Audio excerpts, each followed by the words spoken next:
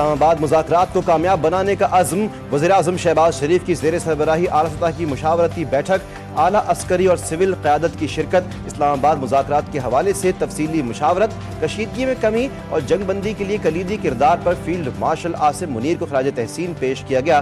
شرکاء نے کہا، جنگ بندی کے لیے پاکستان کے مثبت کردار کو عالمی سطح پر سراہا جا رہا ہے۔ امن کا یہ موقع ضائع نہیں ہونے دیا جائے گا۔ اجلاس میں نائب وزیر اعظم اسحاق ڈار، وزیر داخلہ محسن نقوی اور وزیر دفاع خواجہ آصف بھی موجود تھے۔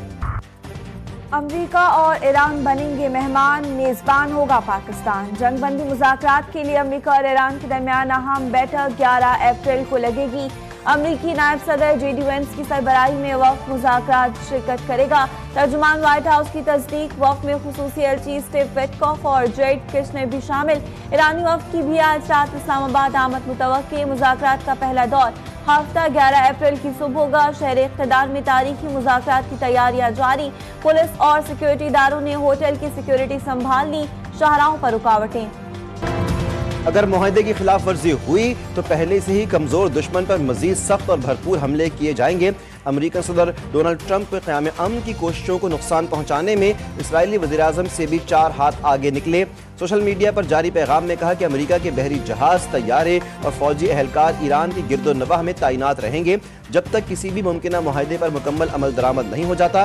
ایران کو جوہری ہتھیار حاصل کرنے کی اجازت نہیں دی جائے گی۔ ابنۂ ہرمز کو ہر صورت میں کھلا اور محفوظ رکھا جائے گا۔ امریکی قیادت کا کہنا ہے کہ فوج مکمل طور پر تیار ہے اور آئندہ اقدامات کے لیے الرٹ ہے۔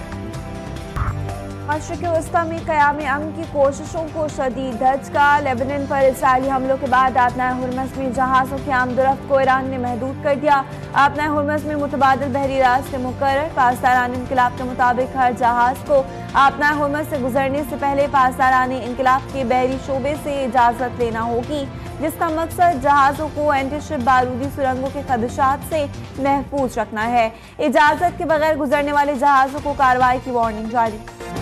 ایران کے پہلے 10 نکات ردی کی ٹوکری میں پھینک دیے، بعد میں آنے والی شرائط پر مذاکرات ہوں گے۔ نائب امریکی صدر جے ڈی وینس کا متنازع بیان، جنگ بندی کو دھچکا پہنچانے کا امکان، حالت پھر کشیدگی کی طرف گامزن۔ سیز فائر کی خلاف ورزی کا بھی دفاع، کہا کہ کوئی بھی سیز فائر خامی سے خالی نہیں ہوتا۔ ایران کو دھمکی دیتے ہوئے بولے، ایران کو اگلا قدم اٹھانا ہوگا ورنہ ٹرمپ کے پاس خطرناک جنگ کا آپشن تو موجود ہے، ایران سے جتنا ملے گا اتنا ہی دیں گے۔ لبنان میں سیز فائر سے صاف انکار۔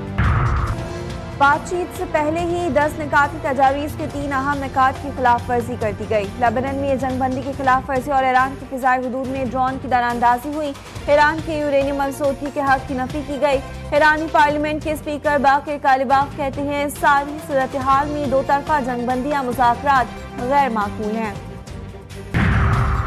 فیلڈ مارشل عاصم منیر اور ایرانی وزیر خارجہ عباس عراقچی کے درمیان ٹیلی فونک رابطہ۔ ایرانی سفارت خانے کے مطابق عباس عراقچی نے پاکستان کی مسلسل ذمہ دارانہ کوششوں اور تعمیری کردار کو سراہا۔ ایرانی وزیر خارجہ نے جنگ بندی اور خطے میں امن کے لیے پاکستان کی مؤثر کوششوں کی تعریف کی۔ فیلڈ مارشل سے گفتگو میں عباس عراقچی نے اسرائیل کی جنگ بندی کی خلاف ورزی پر بھی بات کی۔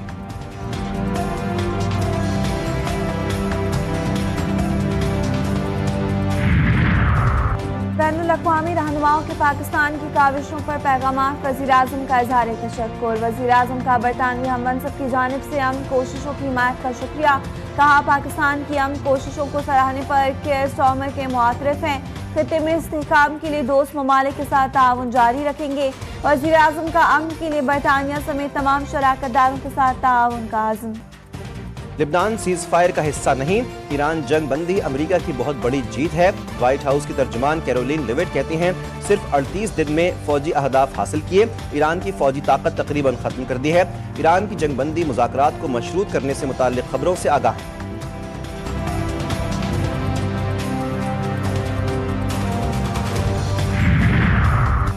نائب وزیر اعظم اسحاق ڈار کا ازبک وزیر خارجہ بختیار سدوف سے ٹیلی فونک رابطہ، مشرق وسطی اور خطے کی تازہ صورتحال پر تبادلہ خیال۔ دونوں رہنماؤں نے خطے میں امن و استحکام کے لیے جاری کوششوں پر گفتگو کی۔ ازبک وزیر نے پاکستان کی قیادت کو سراہتے ہوئے امن کے لیے اس کی کوششوں کی مکمل حمایت کا اظہار کیا۔ سعودی وزیر خارجہ سے ایران کے ہم منصب عباس عراقچی کا رابطہ، دونوں وزراء خارجہ کی خطے کی تازہ صورتحال پر تفصیلی بات چیت، کشیدگی کم کرنے اور استحکام کے لیے اقدامات پر زور دیا گیا۔